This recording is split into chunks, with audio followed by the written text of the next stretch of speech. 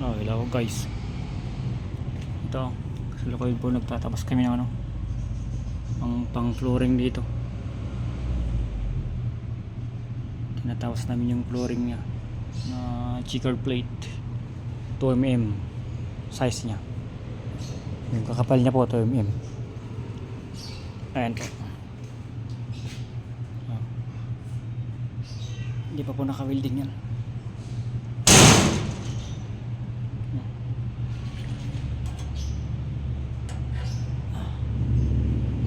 Tapos pa lang po. Tapos lang po nagtabas ng pang flooring. 2 araw nag-prepare kami ng pang flooring yan.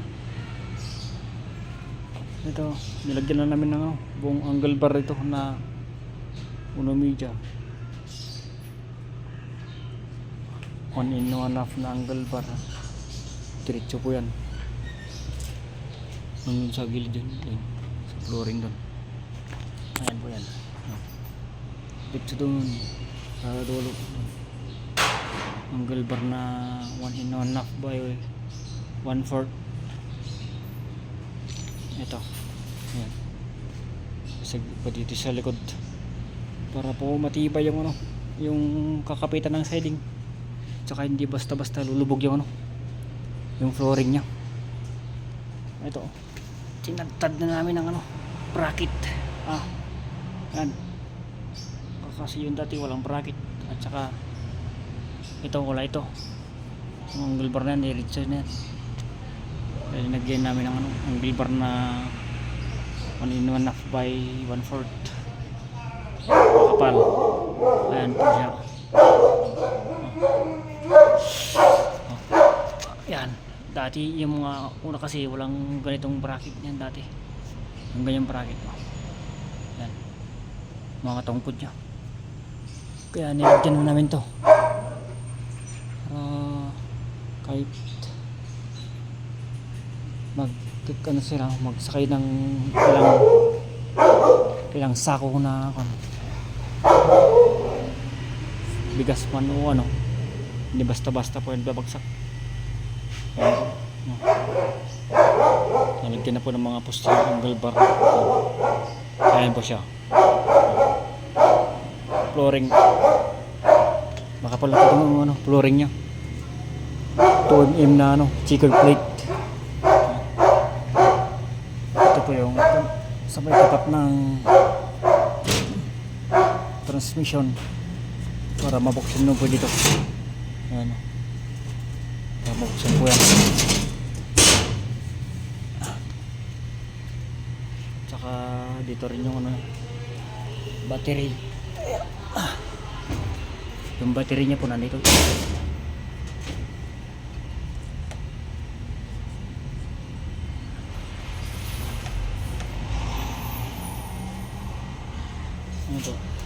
Ito po yung lalagyan ng battery nya. Matanggal Dali lang po. Ito, nilagay ko na po dito sa hindi na dito sa dati, kasi dati dito po sa harap, pero nilipat po namin dito. Yan po, lalagyan po ng battery yan sa likod. Diyan na po nakalagay yung lalagyan ng baterya para hindi po sa gabal dito sa may upuan dito sa harap. Kaya doon namin nilagay. Ayan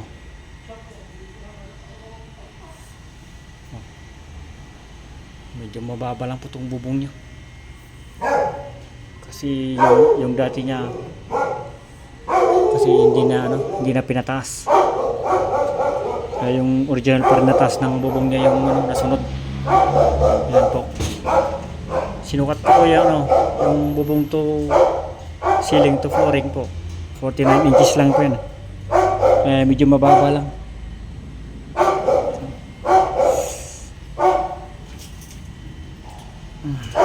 Tapos yung haba nito 11 na yata to, 11 seaters na ang haba niya. Kaya kikita niyo po parang ano na, sobrang haba na ito kasi mababa lang po yung bubong niya.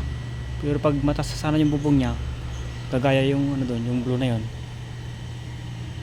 mas maganda sana konti kasi hindi halatang ano masyadong mahaba. Kasi kalos pag kasi haba lang ito eh, at saka yung nandun sa yung blue na yon, kaya ginaya ko rin yung ano sukat nitong flooring niya, harap hanggang doon sa likod, paras doon sila doon sa kulay blue na yun. Dalapirit din yun pero hindi pa natapos kasi parang kulang ng budget yung may-ari doon. Ilan taon na po natingga yan. Yan. Ay, ito yung tinatapos namin unit. Oh, ito hindi pa nagawa dito sa harap kasi mahirap po gumawa po talaga pag ano, lalo na pag wala kang kasamang skill dito. Kukuha naman po tayo sana ng ano yung skill, kaso nga lang medyo kakapasin po tayo sa budget, kaya mahirap naman kukuha tayo kung ano, kasi mahal naman ang ano eh, mga sahod ng mga skill na latiro ngayon. Pinakamababa na po yung ano 800. Yung iba may 1,000 pa arawan nila, ganun. Kaya ano, hindi muna tayo kumuha ng mga kasama dito kasi wala, talo tayo sa ano kontrata dito eh.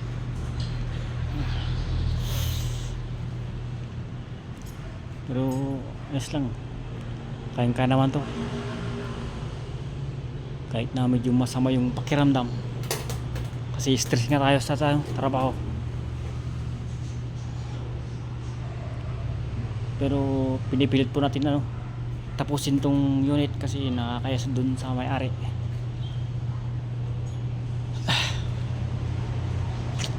Medyo masama po ang pakiramdam natin ngayon eh, pangalawang araw na po ito.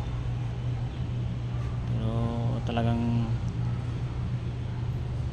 trabaho pa rin kasi wala tayong maasahan dito na ano na magtutuloy nito na ano kasama natin dito. Ayan po siya oh. Nakaready na po yung ano, nakaready na po yung upper siding niya, nabindar na po yan. Tapos ito yung lower siding niya, tsaka pinalitan namin pala yung ano running board kasi bulok na pala yung running board niya, kaya tinanggal ko na, palitan na lang ano ng ordinary na galva kasi kakaya naman sa may-ari pag dinugtungan natin yun eh, bulok na pala sa ano sa running board. Kaya mas maganda na lang yung palitan na lang natin para medyo matawa naman yung may-ari kahit pa paano.